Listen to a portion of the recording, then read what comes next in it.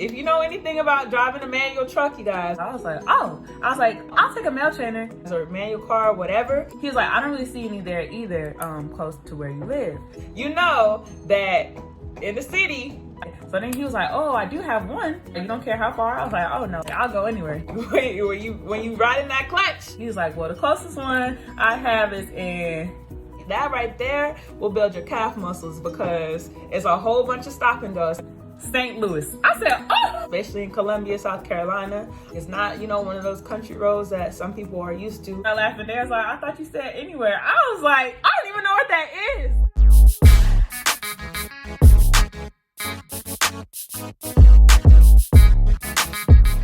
Hey, y'all. Oh, my. Hey y'all, welcome back to my YouTube channel. If this is your first time here, thank you so much for tuning in with me. If you've been here before, thank you so much for coming back. If you guys could please leave a like, a comment, and subscribe to my channel, that would mean a lot to me. If this is not your first time here, I would really appreciate if you could leave any comment, no matter how big or small, just so that I can get my channel into the YouTube algorithm and I can bring you guys more content and start getting more exposure. That would mean a lot to me. Before y'all ask, no, I do not wear nails when I'm working doing flatbed. So now that we got the whole first week finally out of the way, this is going to officially be week number 2. I got my notebook, y'all. So the second week, they want to test you with your road skills. So on Monday, since there were 4 manual people, they split us up 2 and 2. So this means that 2 people will go out with a driver instructor during the morning time and they'll do their road portion of the class. And then the other 2 will stay back and do backing on the yard. Then everyone will come back, go to lunch, and then you'll switch. Because there was only 4 manual people, they took 2 separate trucks with 2 separate instructors for us on the road portion. Because of that, we had to drive the whole first 3 or 4 hours of the day by ourselves. With the automatic people, you probably have 2 or 3 people in the truck with you on the road. So y'all probably only drive for about 45 minutes each. And then y'all will come back and then y'all will switch. So that is a benefit of automatic, because if you know anything about driving a manual truck, you guys, or manual car, whatever, you know that in the city, when you riding that clutch, that right there will build your calf muscles because it's a whole bunch of stop and go, especially in Columbia, South Carolina. There's a couple colleges, I believe, around. You'll get on the highway sometimes too, especially with manuals. They were just making up routes. He was like, well, you know what, just go over here, just go over there. And I was like, dang, nah. See, I don't mind. Let me just clear the air. I don't mind driving a manual truck if it was mostly highway.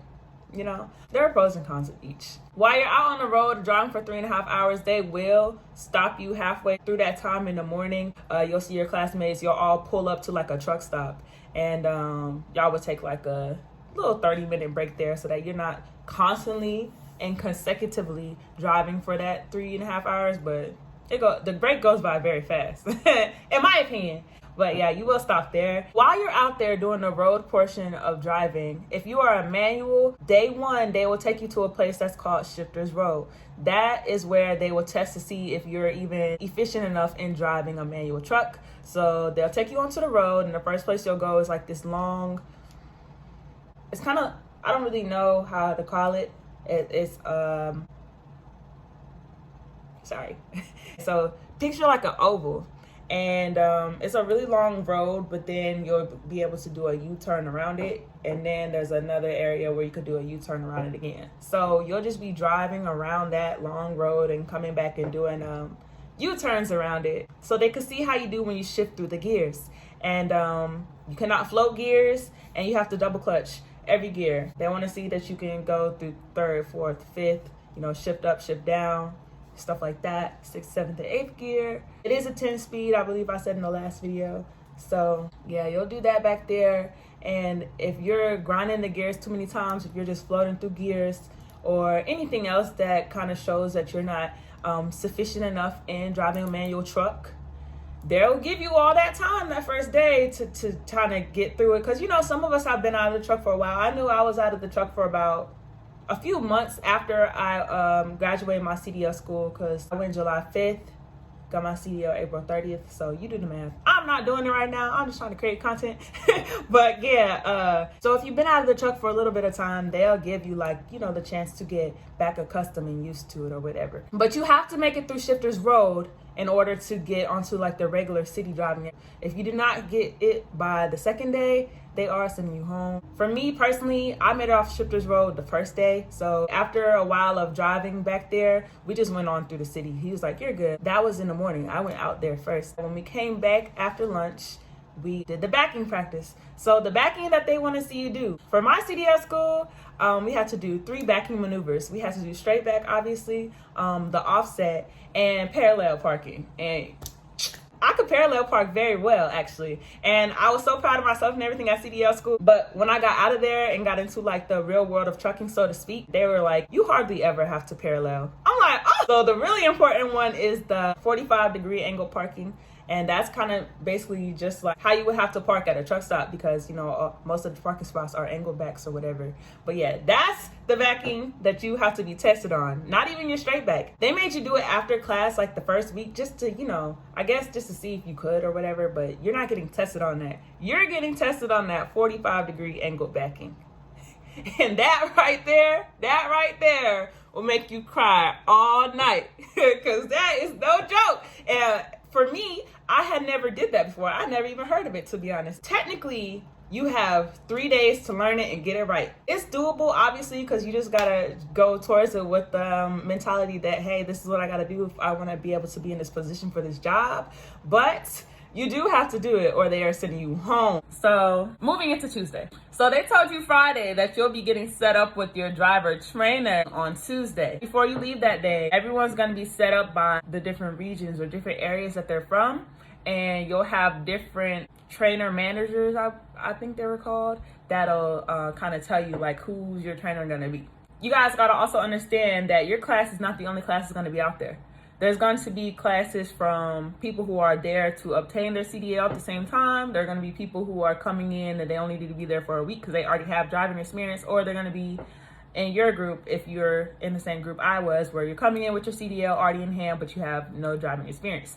And they're going to switch all up by that region. So for instance, me, the guy I rode down with, and about 5 other people, we had a starting trainer manager based off the area that we're from, and then they probably had about 6 other groups based off of where they were from. I think we were going third. They'd be like, okay, like if your trainer manager is so-and-so, you guys go into the conference room. So they go in there and then you hear them, they're gonna be Skyping you or, you know, video calling you and setting you guys up individually with who's your trainer, how far they are from your house, blah, blah, blah, blah. So when it got to my group, we went inside, we all sat down at the table, and the training manager, he's like, as you guys know, we try to keep everyone in a certain radius of their house, but we only have so many trainers. We try to do the best of what we could. So everyone's like, all right. He calls the first person. He was like, you live in Roxborough, North Carolina? And he was like, yes, sir.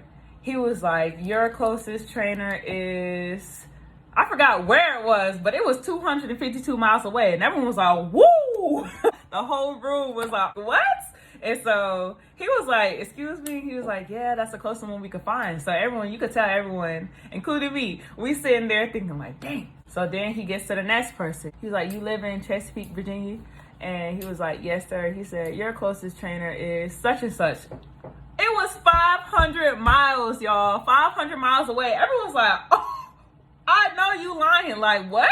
He was like, that's the best y'all could do. He was like, I'm sorry, blah, blah. Based off like your preferences, if you want a smoker, non-smoker, stuff like that, or anything in general, like that's just the closest one that we have to you. The other trainers are on the road. You also have to understand that since it is a 5-week training process, the trainers are out on the road with their students 5 weeks at a time. Actually, when I was out with my trainer, breaking news. When I was out with my trainer, we got a message, I believe that 3rd week, which said, if you are an automatic driver and you're out there with a trainer, your training only has to be 4 weeks. So they cut a whole week off for the automatic drivers.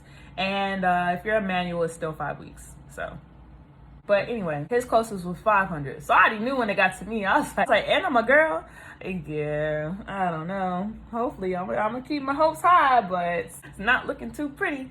So they got through everyone's, and like the guy I rode down with, he lived around the 804 area, and his closest trainer was in Kentucky. So I was like, oh, so they finally got to me. He was like, he called my name and he was like, well, I just don't have a trainer for you yet. I was like, I was like, oh, he was like, cause there's just not really any women trainers like that, and especially not any close enough to your house. So I was like, oh, I was like, well, I'll take a male trainer.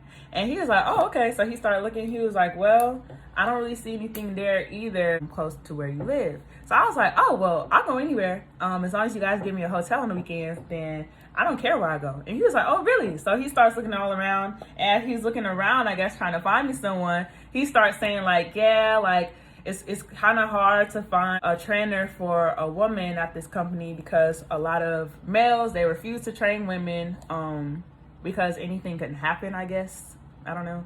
Or a lot of their wives won't let them train a girl. So I was like, I understand that, but okay, you know. I'm just trying to get on the truck for my job, but I can understand like stuff like that.